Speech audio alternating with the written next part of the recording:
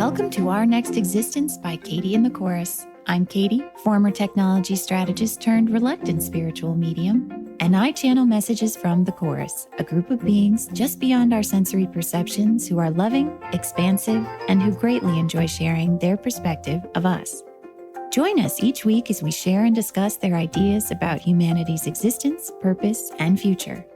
Concepts you can draw from to accelerate your path, expand your perceptions, and ultimately step into the flow of the universe and your life.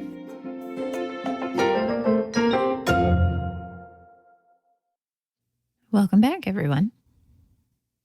Over the last week or so, maybe longer, I have been feeling nonstop waves of energy. It's a very general way to say it, but sometimes it feels more specific. And all of it has been daunting, anxiety-inducing.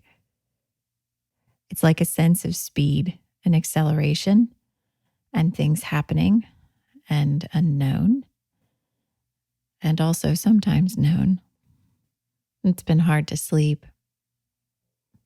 And while I've been able to do things in my day-to-day life, there's always that second track that feels as though they are pulling in opposite directions. And I know the good advice because I've researched it many times about stay away from social media and screens, or double down on your nightly rituals to unwind at the end of the day, stretch, meditate, appreciate. But also, I know enough by now to know and to trust my sense of these things. And I spend a lot less time working to avoid it. And it gets easier.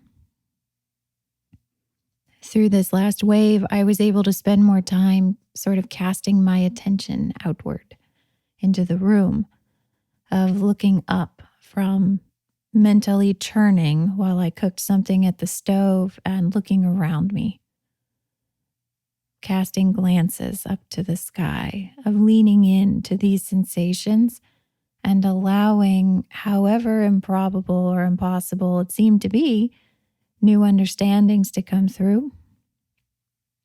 Do I still desire the peace that we all feel when we've had a successful meditation or bedtime ritual or yoga class? Yes, but I find something different when I lean into these things, when I trust what it is that I'm sensing and don't dismiss it or judge it. I find a greater sense of aliveness, of connection, we could say. It's invigorating. And it's also mysterious and heart-pounding and an ongoing sense of what the hell is happening. But that second track has a lot of power and a lot of strength and a lot of playfulness too. And when I allow those energetic perceptions to come all the way in and tell me all the incredible things that I'm sensing, I grow. When we first moved into the rental that we're in right now, there was a dirt lot at the end of this street that seemed to be just getting cleared. And as we moved our suitcases into the house, there were several days where a digger was digging holes and moving dirt around and regrading. And by the time he left, the lot was clean, pristine dirt. I was thinking about what we're talking about now as I walked by this lot just a couple days ago and realized that across the whole thing, grass and other plants had already sprouted up and was already several inches tall. Nobody had planted them, but it is Florida where there's plenty of water. But still, I kind of stood there and wondered about how easily some things in our reality grow. Now, we might get more specific about some of this and examine the particular characteristics of certain environments. So, the soil composition, the amount of water, the food, the proliferation of seeds. And we might come to very particular judgments about the rightness or the wrongness of an environment for optimal success. But if you step back from that view just a little bit, are there not things in our world that tend to just come back again and again and again? We call this force Mother Nature, broadly. The flora and the fauna that no matter what happens, somehow bounce back. However, if you've been listening to recent episodes, you know that a particular member of the chorus who stepped forward recently, in their own words, the water beings, view Mother Nature as actually a collection of many, many different consciousnesses and forces, types of existence. And so if that's true for you, if we could construe the force of nature broadly as actually consisting of more and different types of life, what is it that they've got that allows them to continually resurge, to continually resurrect themselves, to continually show up again, to somehow retain or restore their existence, their growth, their population, no matter what challenges arise? Is there a frequency, perhaps, that these things represent that we are starting to connect to? Sometimes we talk about infinite energy, sustainability, things that might replenish themselves. As you know by now, according to the chorus, the possibility of anything is the first manifestation of its existence. And so perhaps there are things that we are moving forward toward that will ignite within us recognitions of energies and forces beyond which we have consciously known that are infinitely self-sustaining, connected to an energy of the universe and of creation that does not dwindle and does not diminish.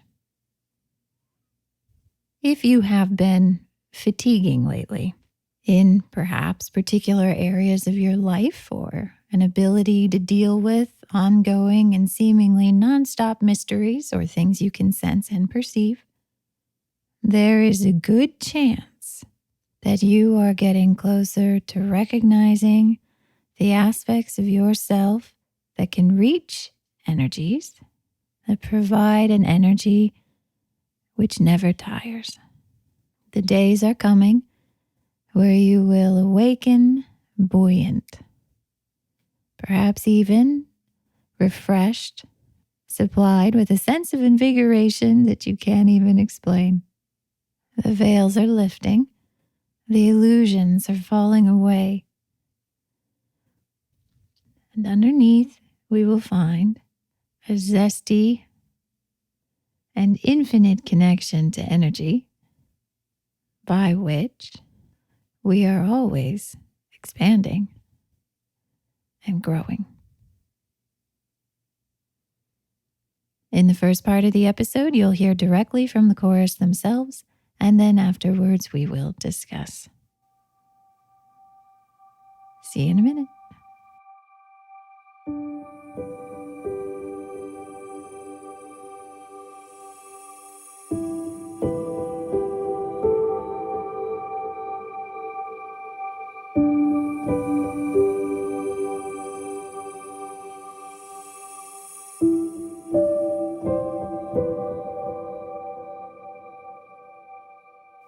Blessed ones, we are joyful in our turn to connect with you, though, rightly, We have connected already with many of you. Sometimes consciously and very clearly, and other times in ways that you do not yet remember, but we believe that you will. There are many voices to this membership, and we do not present ourselves in an effort to confuse you, but perhaps, rightly, as a presentation, as a demonstration of each of our kind for you to become acquainted with in more conscious ways. We agree with many of the others who have spoken here so far. This is but a beginning. We are very interested in answering all of your questions, for we are equally interested in the questions that you will have from this perspective. For a time, there will be some of our kind that is perceivable by only some of your kind. We celebrate the efforts that you all are making to support and welcome the variety of perspectives that are now coming to the fore across your civilizations. In honoring the diversity of perspectives amongst your kind, you will more rapidly come to an understanding of everything that has gone on around you and all that you had been unconscious to prior to now. And ultimately, you will be able to share in these perceptions. We view much of this patchy perception, you could say, as temporary, as being part of a phase shift in which certain members of your societies are more capable of viewing particular frequencies than others. There is no deficiency in these differences. In fact, we, from our view, understand that every single member of your societies holds different capacities and may assist in these transitionary phases in different ways. Our kind celebrates this diversity. We enjoy exploring the universe and many other kinds of frequencies and existences where we might encounter very different ways of looking at things than we have. Difference, to us, is sought out. It has been an enjoyable experience to find a reality, a society, in which so much difference is attempted to be constrained. We have learned a great deal by watching, by observing the ways in which you diminish your perception of difference in order to sustain a very consistent, a very repetitive reality by our view. We hope that our presence here will assist you all in welcoming or absorbing, we might say, differences, to be able to benefit by a variety of different frequencies and perspectives that other beings that you encounter represent. These things can be expansive, can be constructive. The more that you embrace the varying perspectives of your fellow humanoid earthlings, of your fellow game players, however you wish to define these things, you may find that the questions that you have are more rapidly answered, and the perspective that you have to share will expand and be perceivable by others more rapidly. These forces are co-creative. They amplify each other. As you support and allow for another's understanding to evolve, to be true, to be shared, you will find that very naturally your own unique understanding of these things does so also. Perhaps you can understand why, then, we are all so joyful to incorporate, to resonate with, to learn from, to be amplified by the very, very different perspectives of your kind. There is much to be celebrated and to be shared, and we love you all infinitely.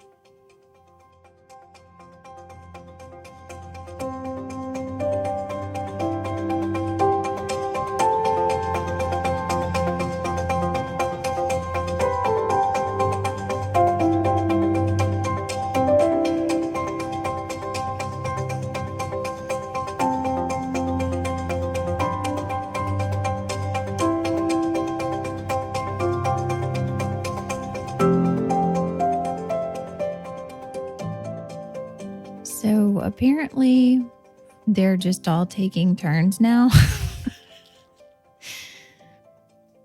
I never know who's going to show up, especially now. I mean, I'm more open and trusting to these energies than I was years ago. And so I think it's just easier for more specifics to come through. Specifics used to really activate my beliefs, like hardcore. I remember telling the chorus in the early days is they started to answer a question very specifically. It was like an immediate fear response, instant, terrified that they would tell me something specific to go do. And even if I didn't want to do it necessarily, it like the seed is planted and then you sort of like churn on it and wonder about it and wonder if you should or wonder why they said it. So I responded to that fear response by just saying, just keep it general. Just keep it general. Tell me why you think this is happening. Now, equally, the chorus was never ones to tell me what to do. They trusted innately everything I was inspired for, about, to think, to do, to not do. They celebrated all of it. So I'm not sure that I was like ever in any danger of connecting to a bossy side of the chorus. I mean, an infinite universe and all things being infinite, I guess that potential is there. But it seemed to be as I recognized my own fear response and sort of even unconsciously sidestepped specifics, they went right along with it. They supported it. They celebrated that perspective, the beliefs, everything that was required to create the experience of being afraid of somebody else's perspective and being afraid of the specific things that they might say. Today, it's easier, but still not always a slam dunk. Sometimes I find myself wishing for more specifics, but then also feeling equally afraid that I'm about to hear them. It's a choice of willful ignorance, but a choice that I felt like ultimately was mine to make I knew I wasn't ready for some of the specifics. And I allowed for that. I still do. And something that the chorus and I have been working on lately is that sense of curiosity, as we've talked about this season. And it wasn't this clear to me in the early years, but now having come further along, I recognize that the fear response that I got to avoiding specifics evolves. And as it evolves, there becomes sort of a pressure to answer the specific, which then lightens and becomes like, maybe it's not as needed as I thought it was. And then it lightens again to not even really being necessary and I can avoid it or ignore it. And then it lightens all the way to the finish, which is, I wonder what that answer would be. That subtle shift is the total difference between recognizing that a piece of information is over our fear fence line and is beyond where our beliefs can currently reach, to passing through the fence line to the other side where we can resonate in a place of being openly curious about it. That openness is actually strength. In order to reach that kind of, you can tell me whatever it is and I'll be okay, you had to have moved through all sorts of beliefs of limitation that would otherwise deny that kind of open perspective through which any kind of new energy can come through. Have you ever been sitting with someone, maybe just casually at like a party, and a topic comes up of which you are deeply afraid? Maybe it's poisonous snakes. Maybe it's a particular way that people cross over and die through an accident. Something that just really always triggers you. And the person says, oh yeah, like one time my uncle, and you can't. You may even interrupt the person and be like, can we change the topic? I just can't hear about your uncle's demise in that particular way right now. It's too tender, it's too raw, it's too fearful, it's too triggering. And the awareness of this sensation means that you are already well down the path. Because for a great many millennia, we were brought through a whole variety of emotional sensations in a situation like this, constructed by all of our beliefs, without even completely recognizing in that accelerated way all the things that we were feeling.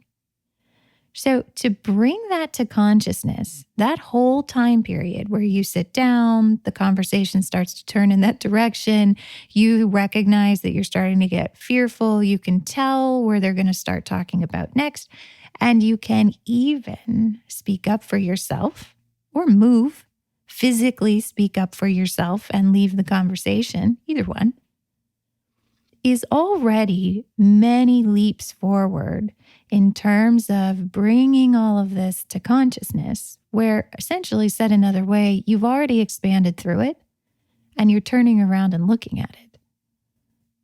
I have spent years physically speaking up for myself. I have spent years avoiding particular settings, group outings, things on television, things in the mail, especially as I went through the early stages of my awakening, my, I guess, newly found awareness for all the negative emotions I was feeling was acute. Oh, it was heavy and it was intense.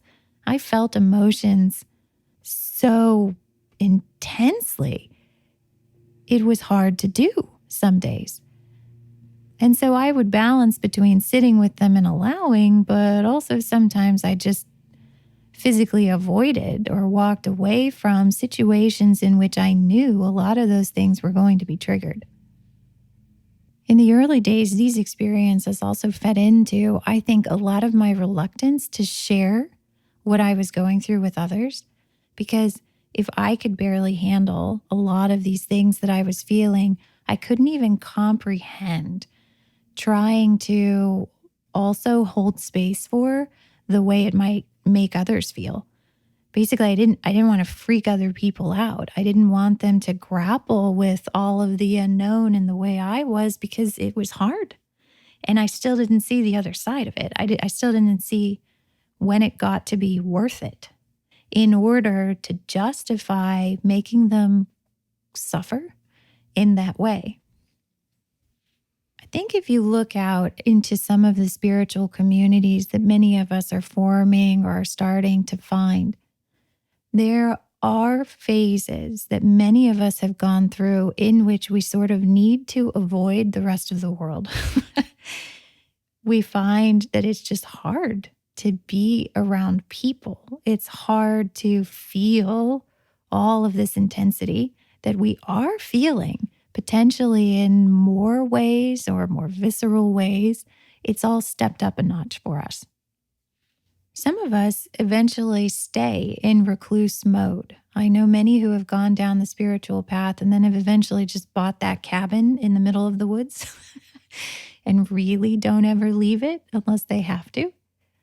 But some of the rest of us don't really have a choice.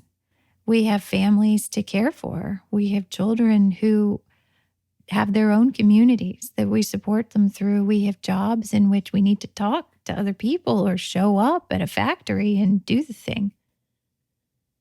And so in those situations, there is often a period of time in which the isolation follows us into those crowds, where we feel seemingly present because we're doing the job or doing the thing, but also there's a whole other story and a whole other side to us that is just not known by most of the people that we're hanging out with.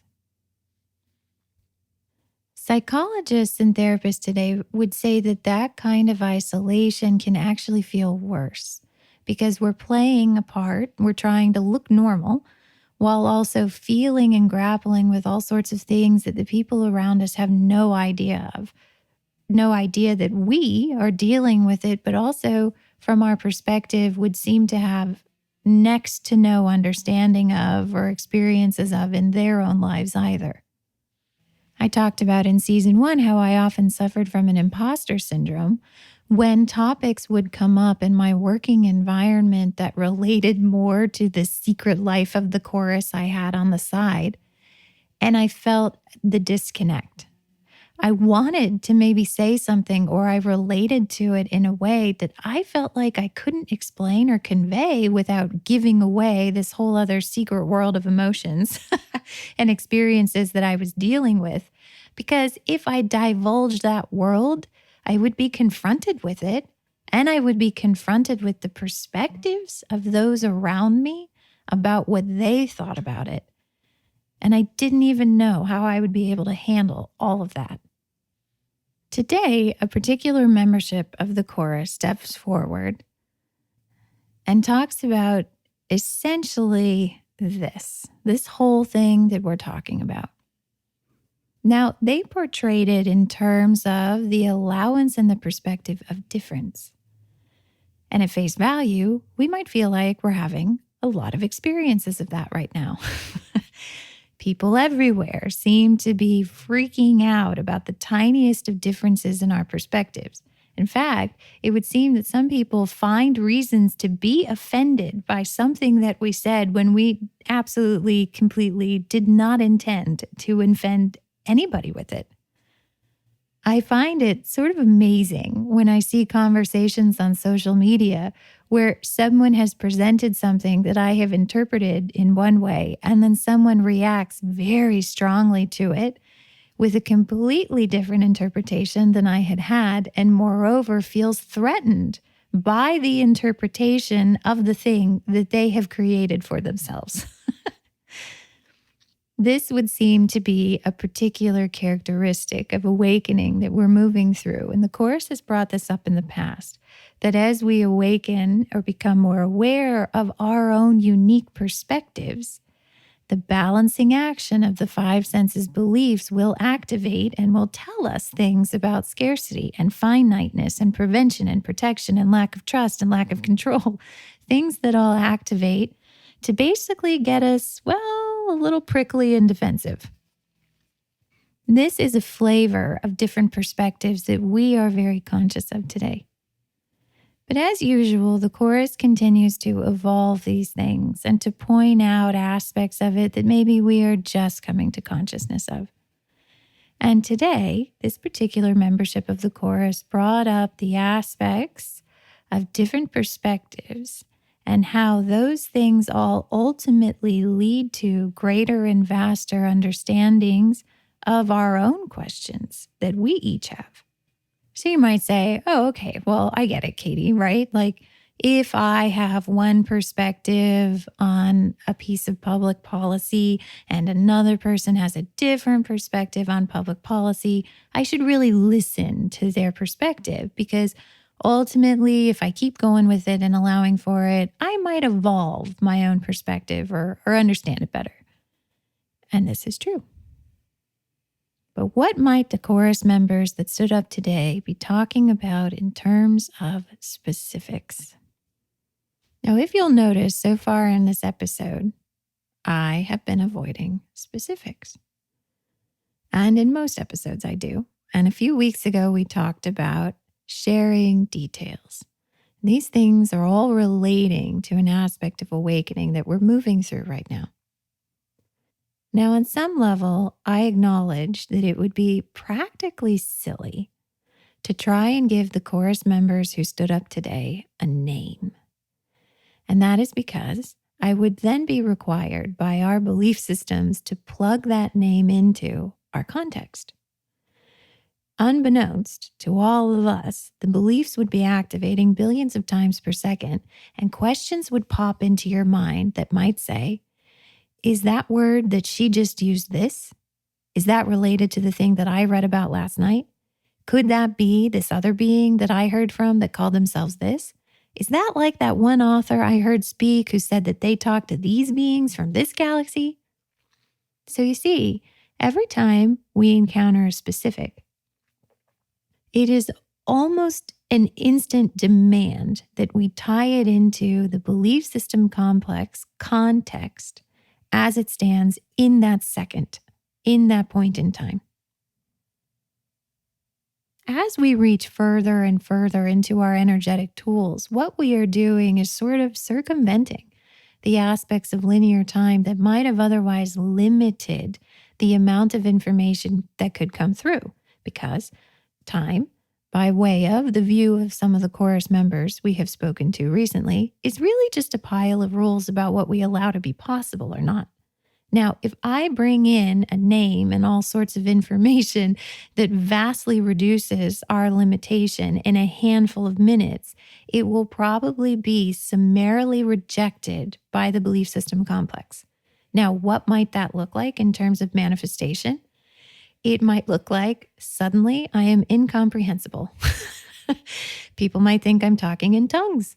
People might just not be able to grasp what I'm saying. Or it might even be more unconscious than that, where the points at which I divulge very specific and limitation bending information, my listeners would sort of space out. They might not click on that episode. They might not remember any of those things that I said. The greatest forms of rejection by our belief system complex are the unconscious ones, in which we are not even aware that that information exists, or we completely forget that it did. We will get to the point in which all of these specifics will be able to come through and to come through more quickly than they had been previously by way of our own expansion to these energies in which answers are given much more freely. one of the things that we will awaken to between then and now are our needs to directly experience the specifics on the five senses wavelengths before we are able to adopt them. Now let's break down what I just said. Otherwise, we might just all forget it. We'll all just space out. We'll be like, that was a really interesting episode. I have no idea what she said, which is okay because that's a start. That is a felt sense of energetic connection that draws you closer to these energies, even if you don't have specific words to summarize what it is that we talked about. Even so, let's walk through this aspect of specifics a little more slowly. And why am I doing that? I am letting time pass, which allows for a sort of opening into our belief systems for new energy to come through. One day, will we all be able to say it in 5 seconds flat? Absolutely. But right now, it's still new and it's still just arriving. And in the early days of massive changes in our belief system complex, it often takes time. So let's go back to the field that we were in last week's episode. And I said, imagine a wide open field, and there are two, what we would call extraterrestrials in front of us. They look different. Maybe they're still both humanoid looking. They have heads and maybe just one head, just like us, and maybe arms and legs and things like that. But maybe between them, they look slightly different. One's got different kinds of hair, or the other has a different kind of skin, or things like that. And let's see if we can create for ourselves the simulation of some of these sensations that we get as we approach specifics that would violate sort of the rules of our time and limitation. Because really, the important thing here is just that you get to play with them and feel them for yourself. So I would turn to you and I would say, what would you like to ask them? To which you might say, what do you mean? And I would say, what do you want to know about them? We're just meeting them. And we can kind of sense from the episode before last that they kind of have a different sense of time. And then what? What would you say next? And first, you might ask, do they understand spoken language? And I would assure you that they do. And in fact, they probably understand even more than spoken language. They are able to perceive a little bit more of our energy and kind of the complexity of what we are resonating and embodying in any given moment. But spoken language works too. So go for it. What do you want to ask them? And then I might say, okay, if you're having a hard time thinking about something, maybe let's start with something general. Like, do you come in peace? Which was kind of the favorite question of this situation a few decades ago. Do you come in peace? Now, what peace means to them, how they define it, what that represents in action, all open questions, right? This is a big topic. So I say, go for it. And you turn to them and you say, do you come in peace? To which both of them might equally nod yes. And you say, oh, okay. Whew, I wasn't sure about that for a second. They both nodded. I'm going to choose to believe them. Okay. And I say, okay, great. Now let's try asking them something really, really, really specific. And you might say, like what? And I might say, ask them their names. Names are, by many others' view in our world, very, very, very specific. The fact that we could sum up someone's entire uniqueness into a particular sound is incredibly specific for many other beings in the universe. So let's see if we can do it here. Go ahead, ask them their name on our frequencies. So you turn to one of the first ETs and you say, what is your name? What do you call yourself? Now, feel within you anything that just came up as I gave this example. Did anything in you sort of clamp down, is the best way I can put it? Did anything sort of like, I don't know, tense for impact, maybe? Like you're about to catch a ball? Did you sort of like lean in? Did you focus down? Are you preparing for something specific? You feel it? Okay. So the alien replies, it's like too quiet. We can't hear it. And so then you go, what? Now, feel that response. Do you feel it clamp down a little bit, a little focus? You're a little less aware, a little less open. What could they say? And instead, your body sort of just responds, what? So then the alien repeats himself and he says, David. Now, you look at me and I look at you and you're sort of bewildered. Is this a normal alien name? Is this common? That is a common English name on Earth. And your brain just sort of launches. Do you feel it? And now you kind of want to follow up. Now you kind of want to give them your name. Now we're churning. Now, this isn't necessarily a bad thing. This is simply a recognition of what our belief systems feel like and what our energetic aspects of us feel like. There is great purpose and great power in our belief systems, and understand that the ways that we embody it, including all the thoughts that we think, will evolve as we do. So this is not some static thing that's stuck in our heads that we need to overcome. It's a way of perceiving the universe. Now, a more interesting thing will happen next. Let's say that you and I now turn to the other extraterrestrial and you say, and what's your name? And the extraterrestrial just stands there. And I say, wow, that's a beautiful name.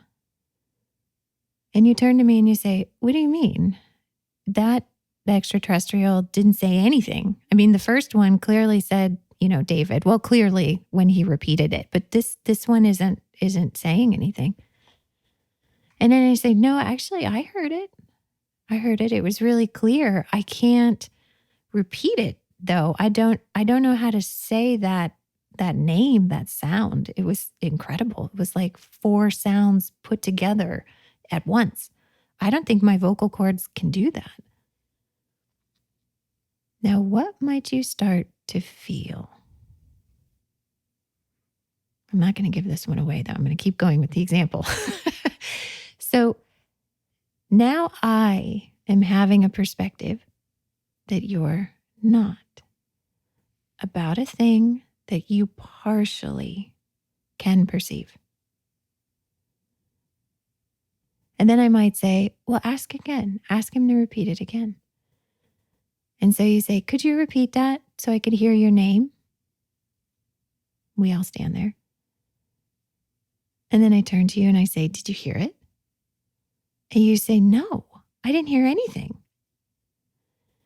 And I say, well, he repeated his name. And also he said that he's so delighted to meet you.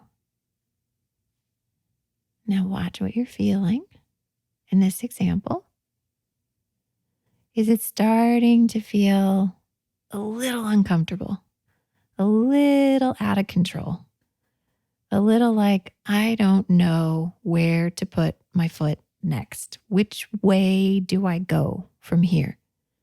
Now contrast that to the full body response when we started to hear the specific name for the first extraterrestrial and your body went, what? Without even thinking, just responded, right? And now there's a sort of slipperiness. It's not, you can't quite pin it down. What do you do from here? Do you trust what I am perceiving? Do you ask the thing again? It's sort of like being stuck in between things. This is our sensation that the chorus was talking about today when they referred to different perspectives. It is the start of an energetic sense of different frequencies from which others that we can perceive partially in our five senses reality will also be somehow resonant with other frequencies in ways that maybe we are not or are not yet. It's slightly different, isn't it? It's slightly different than an argument on social media. It's slightly different than saying, huh? To a name that you didn't hear. Those are very valid five senses experiences of differing perspectives. And also, what we are expanding into are our first forays into encountering a variety of different energetic perspectives and viewpoints. These are new sensations for us consciously. And in that, they are doubly challenging, you could say, because our five senses, belief systems are built to judge and react to and interact with five senses manifestations. And what we are approaching now are energetic perceptions that may not yet have a five senses corollary. We are feeling things in all directions, and we are only perceiving five senses versions of those things in some directions. It can feel like the world is tilting on its axis. It can feel like things are upside down. It feels deeply unknown because to the five senses perspective, it is. So, what do we do? Our favorite question from our five senses reality. When we recognize that something is missing and that we desire it, we immediately want to know how to act, how to behave, how to take action with our five senses bodies in order to compensate or even acquire the thing that is missing. And so I might turn to you and I might say, well, you don't have to believe me. You can wait more time until you can hear them too. And that's a valid choice. You can also remain open to my perspective and what I am able to right now perceive and share with you in a five senses way. Both are equally valid. Both are processes. There is no right or wrong or better. They're simply different ways of learning to integrate, to harmonize, to expand through the five senses perspective that we're coming from and the new energetic perceptions that we are all expanding into. This first step may at times feel the most challenging. To remain open to the perceptions that others are having without sort of falling down the path of questioning and criticizing or trying to find the holes in their story. All of those are ways of grappling with the information in a five senses way. And we have a lot of beliefs that would like to take us down that path. And we will learn a lot by doing so.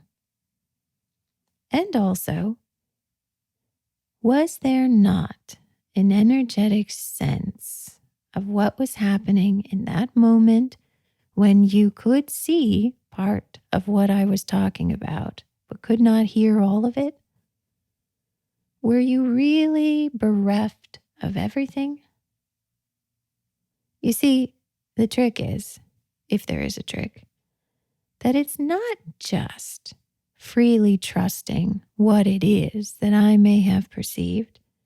It's that when I tell you what it is that I perceived, you also will have an energetic sense of that information too. It's not just the things that you can't hear or can't see the way others can. It doesn't end there.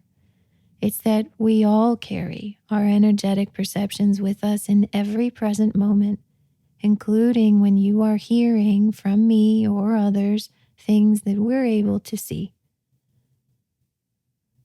So let's back up the truck just a bit. When I turned to you and I said, wow, that name was beautiful. I don't know that I can recreate that. It was like 5 sounds together. I don't know that my vocal cords can do that. In that moment, you will have an energetic sense of things that I'm feeling, things that I am energetically communicating. And one day, you will know that sense as clearly and as confidently as if I had said the word of his name myself. It is the beginning of our telepathic communication. It is the beginning of our ability to energetically connect to each other. It is an evolving trust, an expansive sense, a stepping into the present moment and seeing more of what is being communicated there. And one day, will we all be able to perceive those other beings and all those other names directly? Yes. But between now and then, we may find that the greatest joy came from all the new ways that we are starting to see ourselves and each other.